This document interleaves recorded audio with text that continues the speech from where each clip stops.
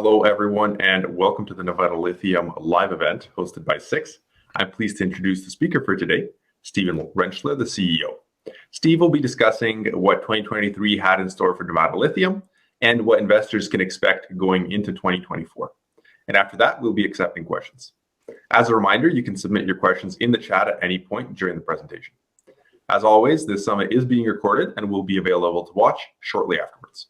Without further ado, I'd like to hand things over to you, Steve, so that we can get started. Beautiful.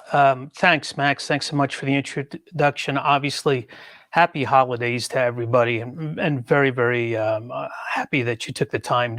I know a lot of people are starting to pack it up before going out for Christmas, but we've got a lot to talk about over, what we've been doing here at Bonnie Claire for the past year and what we're thinking about doing going forward.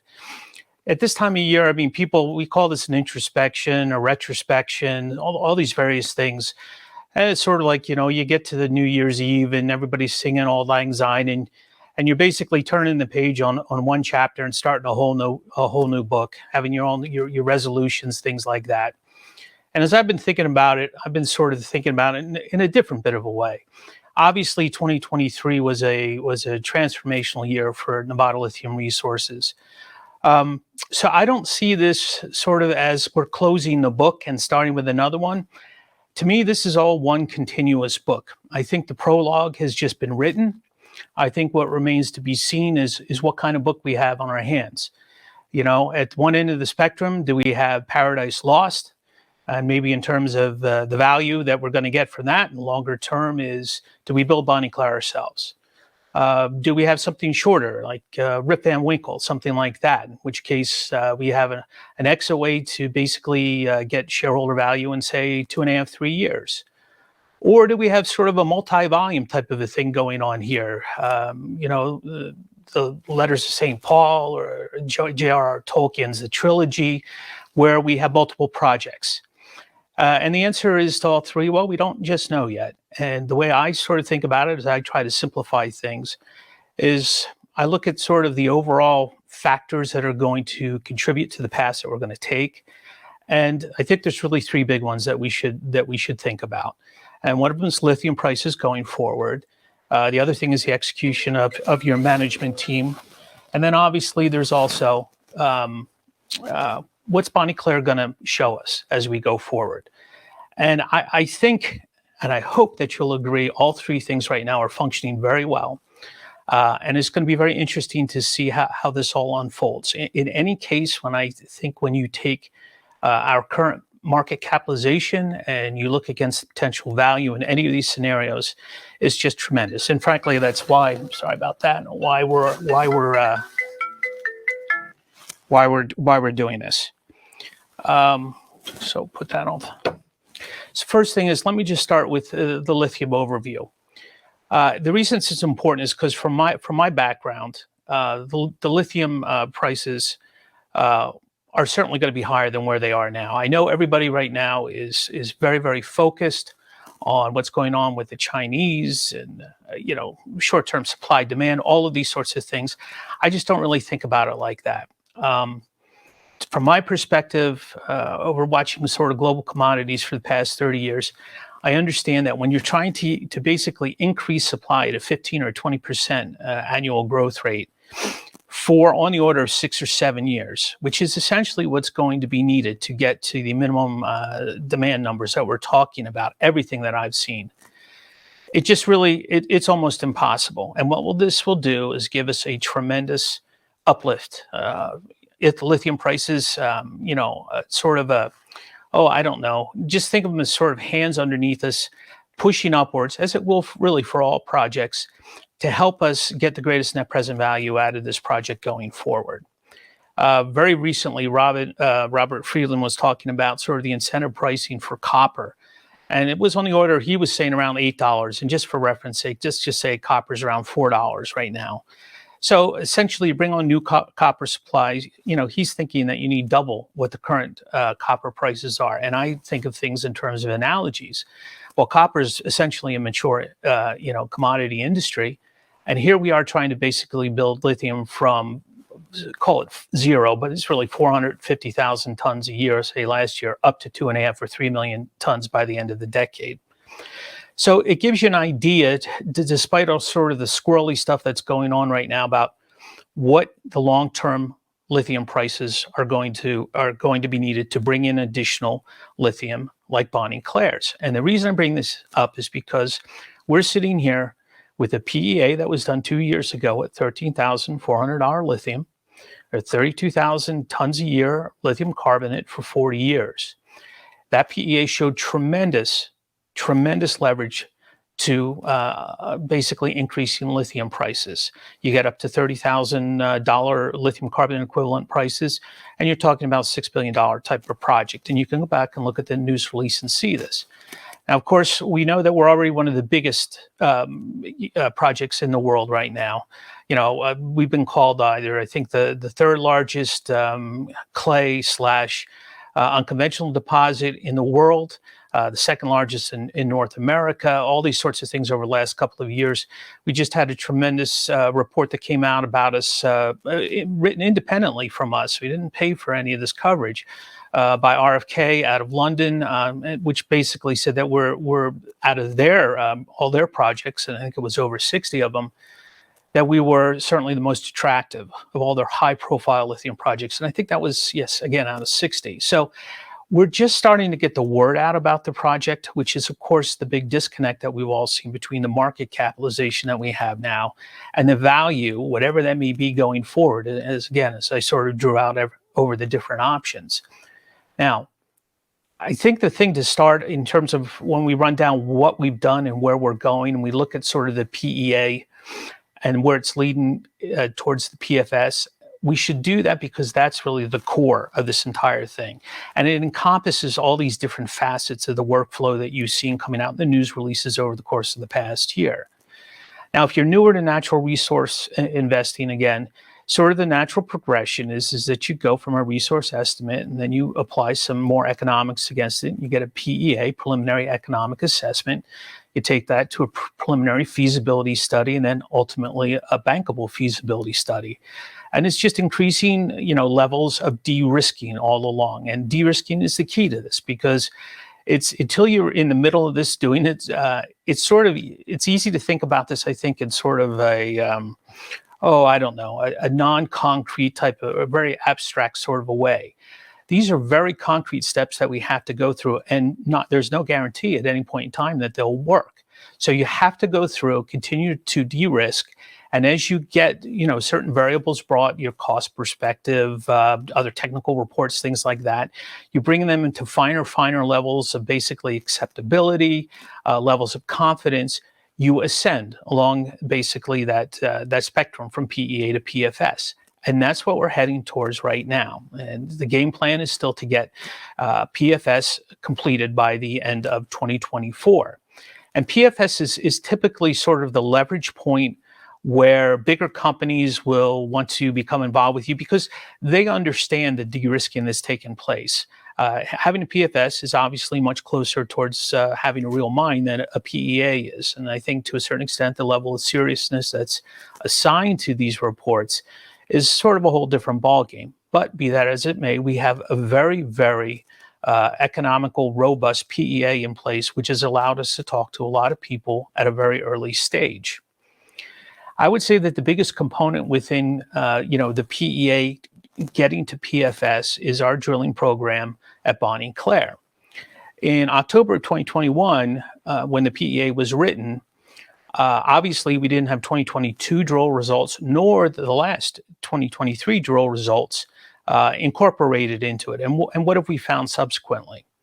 Well, over the course of, let's just call it the last year and a half, 2 years, we found that at depth, we continue to have high-grade mineralization. We know that as we continue towards the west, the basement is starting to come up closer to surface, and we're starting to get higher mineralization not only at surface, but we're also seeing tremendously higher mineralizations at depth. And sort of, if you think about, again, the mineralization of Bonnie Claire, think about a sandwich on its side where you have a piece of bread on the top, a piece of bread on the bottom. Both of those are full of lithium. In the center, you can have your meat, let's say, and then the center is devoid of lithium.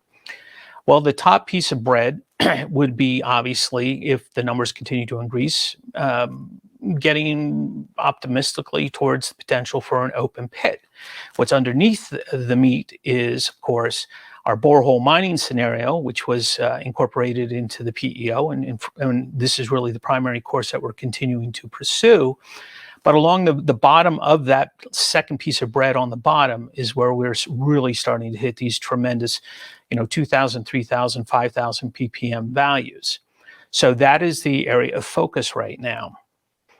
We have currently drilled 2 deep holes at Bonnie Claire, the first of which we released the assays a few weeks ago.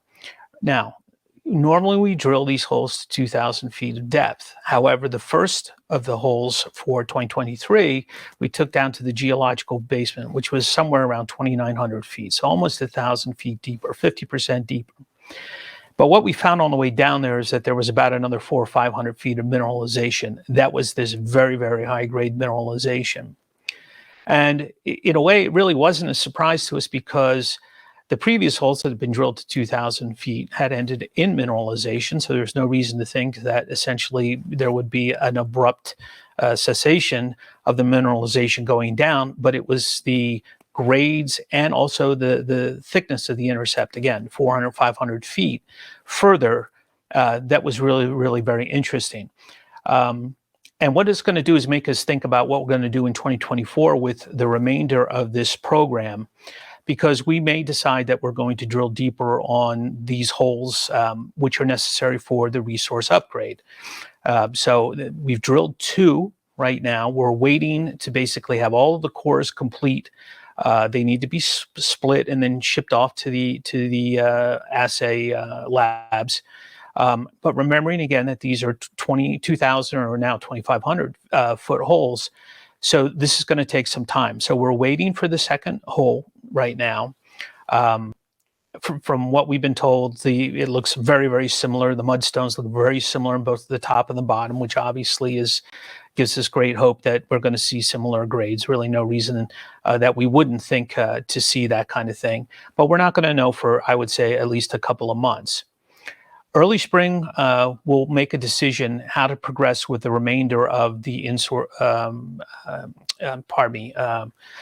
basically the resource infill drilling. So we're looking at another 8 holes. Again, the depth is to be determined.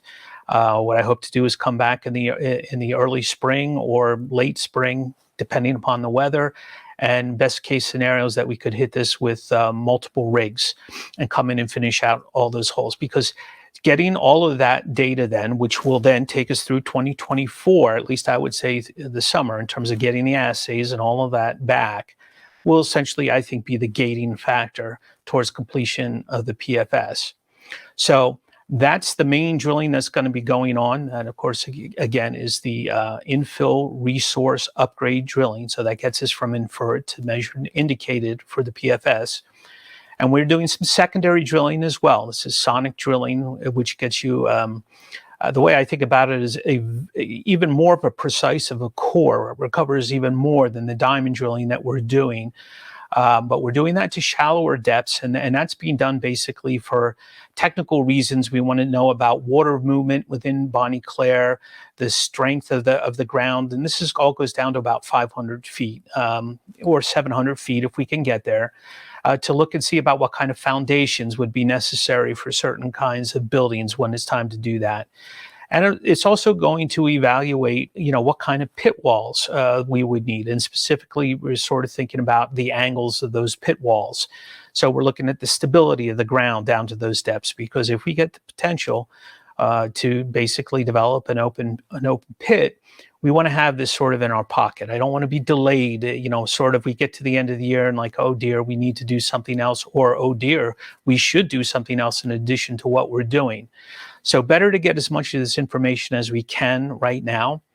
The second of those sonic holes is being completed right now. They're doing pumping tests on it. And I know that those assays will also, those cores will be will be split, and then they'll go off for assay, and they're going to take, I would think, about the same amount of time as the deep ones, because I think they're doing different types of things. Obviously, you all know that I'm not a geologist or an engineer, et cetera, but there's different types of things that are going on there. So if we think about essentially starting to see assays of all types coming back in, I would say end of February, early March, I think that would be a pretty safe bet. That's the biggest component. And as I said, I think the gating factor to the PFS. Obviously, another very important component is the metallurgy. You've heard me talking about this for quite a while. Now, back in 2023, at the beginning, it was February, we proved a very, very important milestone, which was the production of a battery-grade lithium carbonate. You know, in terms of levels of purity, you're already at, I think, 99.95%. But then the real key becomes getting rid of things in other parts per million that you just can't have. And whether it's boron, magnesium, or, aluminum, whatever it may be, you have to go through certain processes to remove that. And what our metallurgists, who are Hazen out of Boulder, Colorado, and again, they are independent of us, what they proved is that it could be done. And so that we did it first, of course, at the benchtop scale. But subsequent to that, we have done it on a pilot scale. That's not a pilot plant scale, but a pilot scale. So, you know, on the order of 40, 50 times larger in terms of the quantities that we produced. And the reason that we did that is because the precursor to a battery-grade lithium hydroxide is battery-grade lithium carbonate. So it's a detail that I think has got significant importance, because typically if things are going to start to go wrong with these recovery flow sheets, it's when you start to scale them up. Now, obviously, the size of the scale up as we go forward to a pilot plant later in time, and then ultimately to the full-size reactors, it's a whole nother ballgame. But you don't want to have things start to fall apart at the beginning, and they haven't. Now, we're currently working on proving that we could do battery-grade lithium hydroxide. And why is that important? I talk about optionality a lot in a lot of different things, and that's because my past life as an investor, you know, I understood that there was risk, again, in all of these different types of things. So the more options we had, or optionality to basically grabbing value, the better it would be. In this case, when I first started talking to essentially lithium OEMs a number of years ago, I distinctly remember everybody wanted lithium hydroxide, you know, to the point where it seemed like in North America, it was 90% lithium hydroxide, maybe 10% carbonate was what was going to be needed. I can tell you that subsequently, it's now basically a coin toss in terms of talking to people, 50% carbonate, 50% hydroxide. So Hazen is going through the steps. You know, it's an iterative process. You know, unfortunately there's no textbook that everybody can refer to say this is the way in which it's done for this particular geology. This is just simply the nature of the beast. I believe it's going to be the nature of the beast for all lithium projects going forward. They're going to essentially have to have personalized or bespoke recovery processes, and that's because everybody's geology is different. So we expect that Hazen will have an answer for us relatively soon. In the meantime, Hazen is also starting to basically write the reports that will be necessary for incorporation into the preliminary feasibility study. So I don't expect that is going to be, again, any sort of a gating factor in getting PFS done. But the sooner we can get to that, the better. We are, you know, looking at also, again, exploring the potential for a third revenue stream here, which would be potash fertilizer. Again, that's because we have elevated levels of potassium. Don't know if that can work. There are certain ratios that I know that the geology has to fall into for it to make it easier, but it's not of the most importance to us right now. As far as I'm concerned, we already cracked the code. It's a big differentiator between us and a lot of other juniors out there who say, well, we have lithium, but I can definitively say, well, we have lithium and we know we can turn it into battery grade. And I think this is another important thing that I just want to make sure everybody understands, because I've been talking obviously to people almost nonstop over the last number of months. And that is to make sure everybody understands that we are not talking about producing some sort of an intermediate product at Bonnie Claire and then shipping it off to a refiner, to an upgrader somewhere else around the world. We're talking about getting 32,000 tons of battery-grade lithium carbonate at Bonnie Claire in Nevada to ship directly to a battery plant. So that is, again, I think, a very big distinction. A lot of investors who've been involved with South American or Australian plays, that's differentiation that's maybe it's not immediately obvious to them. But with regards to that and the way it interplays with the Inflation Reduction Act and all those electric vehicle tax credits that are going to be accessible to OEMs if they use Bonnie Claire's lithium, is a very, very important factor. So I just wanted to bring that out. So that's where we are with metallurgy going forward. I'm hoping that we'll have the announcement sometime here relatively soon, early spring anyway, on the hydroxide. And then going forward, we'll see about potassium sulfate going into maybe the summertime, but at the very least, understand that the work is being done for PFS going forward. In terms of permitting, one of the big things that we got, I think it was late 2022, but which we were able to utilize all through 2023, was an expanded area of surface disturbance. So previously, and so now let's just say a year and a half to make sure I'm not speaking in error, we were working basically on the ability to disturb 10 acres of ground, and again, and an acre is 44,000 square feet. If you've been to Bonnie Claire, you understand, again, the magnitude of this. You can soak up 10 acres very easily just in roads. Well, now we're working basically in expanded permitting, which allows us something on the order of I think it was up to 200 different drilling sites. The point being, we have a tremendous amount of flexibility about where we can go and putting in roads and things like that. And what I'm expecting is that sometime in the middle of the year, we're going to be able to apply all of that potential for surface disturbance in different areas of Bonnie Claire. I'll get the nomenclature incorrect here, but essentially the way I think about it is we have the ability to make a mess in a certain area, which we are doing down towards the south, and we want to be able to do it in the north as well. And we're hoping to get that permission sometime, as I said, going into the summertime is the way I think about it. This, again, for people who are sort of new to the story, this is all U.S. federal land. Over 80% of Nevada is owned by the federal government anyway. So it's the Bureau of Land Management, which dictates what you can and what you can't do.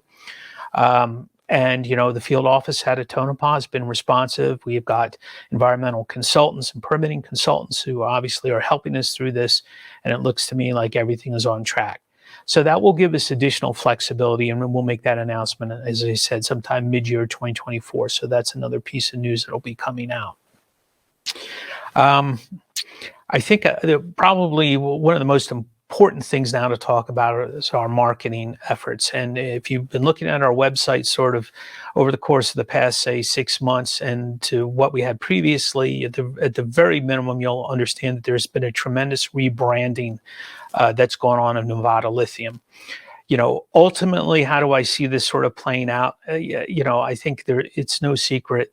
I'm one of the few U.S. CEOs around. This is a U.S. project. We would love to, at some point in time, have this on a U.S. NASDAQ or an NYSE listing. That's obviously farther down the road, but part of the branding of it is going to be instrumental, in my opinion, to our being able to maximize essentially our efforts in that area. We've been talking to a lot of people. Obviously, you've heard me talk over time. I'm doing a lot of things one-on-one with people, but I'll just talk about sort of what we've been doing very lately in terms of we just had a very, very well-attended site tour at Bonnie Claire. We had basically 40 people up there. We had investors, we had analysts, people, parts of investment banks, all sorts of people up there who are instrumental into getting the word out, sort of these first steps about Bonnie Claire. We're up essentially for 4 hours, let's just say, at Bonnie Claire. Again, it's a 2.5 hour drive by bus to get there from Vegas. Had an excellent presentation by Rick Kern, previously of Iconic, and just it really laid out what it is that we're trying to achieve and what the possibilities are. As I told many people, when you start driving up along Route 95, which again is an interstate highway in the U.S., And I can point to the left and say, okay, Bonnie Claire starts there. And we're still driving along at 65, 70 miles an hour. 5 or 6 minutes later, we finally get to the gate of the Bonnie Claire. It gives you an idea of the tremendous size.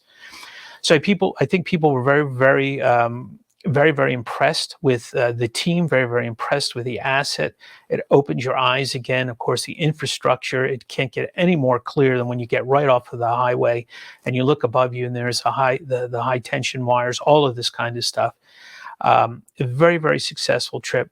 I think that we're going to be running another one relatively soon, early in the spring. The types of people, who we're bringing in to help us market are tremendously successful in the lithium space. They're very impressive individuals who've had a lot of success with the people that they know, bringing in other investors, the kinds of people that, can take strategic positions. Obviously, you saw during the course of the summer with Marcel Buckhorn coming in. These are the kind of people who know other people. And from my perspective, they're going to help us bridge the gap to when our market capitalization gets big enough for basically the funds to become involved. Going into the springtime, I'm going to be doing a lot of the different shows, PDAC, VRIC. I'll be out in Zurich later in March. I'll be up in Toronto. I'll be in New York, which is not far from where I'm speaking right now. The key to me is to get the market capitalization up basically another step to the point where even the smaller funds can then take a 0.5% position on it, maybe 1/4%. And it's really just about the math. If you think about a $100 million fund that can make a 1% investment, that's $1 million. That kind of thing can get a little hard at times to move a Bonnie Claire. At Nevada Lithium. So it's, when we start to get north of, I think, of $100 million Canadian, we're really going to start to get, I think, the interest of the funds. And that's sort of the game plan going forward. Just keep taking it up, have successful marketing to different types of people overseas, high net worth individuals, et cetera, and then start to essentially really go after the funds. I'm obviously laying the groundwork with, some that I know from the past. There's a lot of ESG funds out there. There's the battery metal funds, all of them, et cetera. It's just, in my opinion, making the math work, because obviously we have a great PEA as a first, swipe at the economics. We're in literally the best mining jurisdiction in the world, not only in the U.S., but in Nevada. And we're starting to execute, I think, on all cylinders. So the marketing, with regards to that, is going very well. You're going to see, I think, very visible signs of this. Clearly, we'll talk about it. And then the second part of the marketing, which I can't really talk about other than to say, is just bear with me, is that we continue to talk to OEMs, other lithium battery metal end users, et cetera. Because I'm pursuing offtake. I'm not making any bones about it. That would be the most accretive money that we could possibly raise. I think that you see some of the more forward thinking car companies out there doing certain things with early stage companies in other areas of the world that I think we clearly have beaten hands down.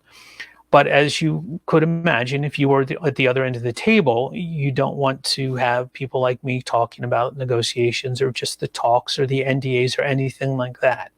All I can tell you is that despite the ups and downs of lithium prices on a daily basis based upon whatever China is doing or the Federal Reserve and interest rates, whatever, car companies are very concerned about lithium supplies and how they're going to acquire them. And that obviously works in our favor. So bear with me with regards to that. It's the kind of thing that when I can tell you something, obviously I will tell you as soon as I possibly can. However, we are making progress. So that's really the update with regards to that. I think I've hit all the major areas, sort of looking back over 2023 and then looking forward. We are going to have a tremendous amount to talk about going forward. And I think at this point in time, Max, if you have any specific questions, why don't you start throwing them towards me? Yeah, of course. And thanks for that walkthrough there. So first of all, as an investor, what catalysts should they be excited for in early 2024, but also throughout the whole year? And you kind of answered that, but maybe elaborate a little bit on that.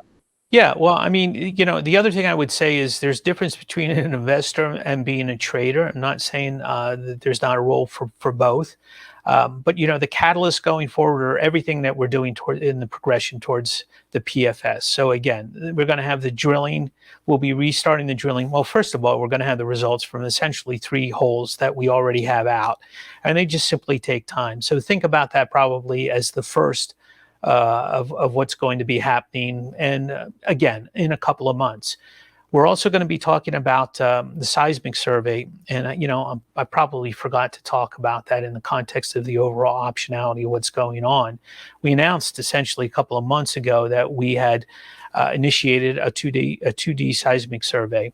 And this is something that's going to obviously be instrumental with regards to our looking again at the brine opportunity.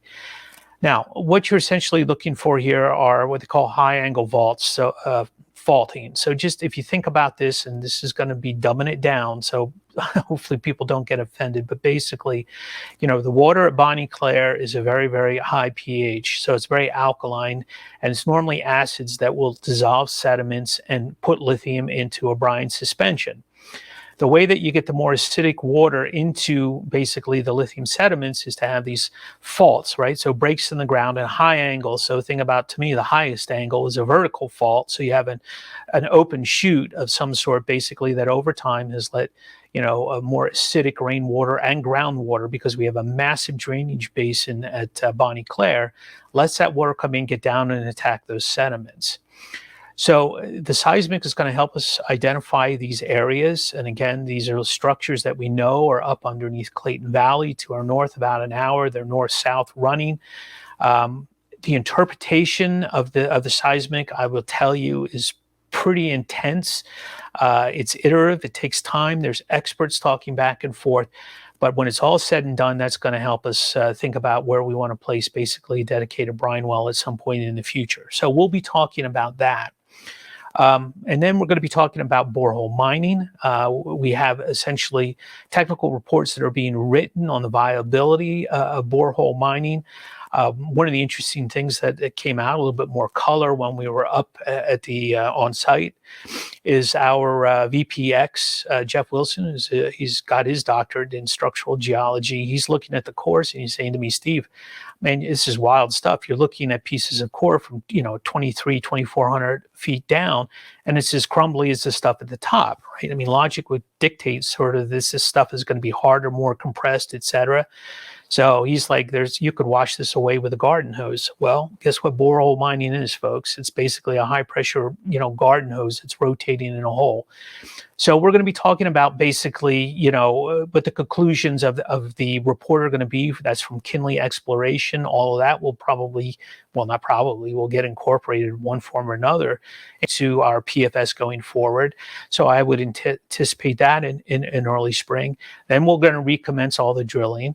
Then we'll start, after a little bit of a lag, to get all of those assays starting to come in. Then we'll have the permitting that's going to allow us to basically go up and mess around in the northern part of Bonnie Claire if we want to. And then coming into the fall, we'll be talking about, I would hope, again, somewhere in Q4 having that PFS done. And I hope somewhere in the midst of 2024, I get to talk to everybody about, hey, we have some sort of a lithium end user who wants to get involved with us. So as you can see, there's a lot to talk about at Bonnie Claire over the course of 2024. Perfect. Thanks for that, Steve. A question here about insider buying. And obviously, we all know that you can't speak for everyone. You can only speak for yourself here. But at current depressed share price, is there a plan for you or other insiders to buy shares? Can you talk a little bit about that? Yeah, well, yeah, and we've talked about this in the past, and this is what I would say.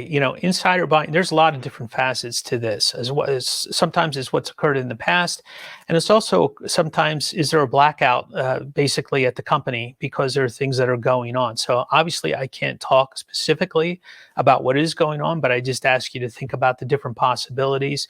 But just as a general thing, it's a very individualistic thing, and if your investment decision is predicated upon what management is doing, I understand that. You're certainly allowed to do it. But I'm not going to speak. I won't speak for everybody else. And in my particular case, I'm not going to speak about whether or not I have some sort of a valuation that's going to trigger something for me. I mean, I have my own personal situation. I've told people in the past, I'm not a founder of this company. I was brought in to execute. So, unfortunately, I don't have millions of shares that were handed to me basically for very little. So that doesn't mean, however, that we don't have quite the value proposition. I hopefully have basically illustrated for everybody that there is quite the value proposition. Perfect. That's a great answer. Thank you. I think that's, yeah. So it says, thank you for answering as best as you can. Yeah. Okay. Perfect. So that's it. I think that's it for the questions here for today. A relatively short session, so that's great. Yeah. So thank you everyone for joining here and for asking your questions.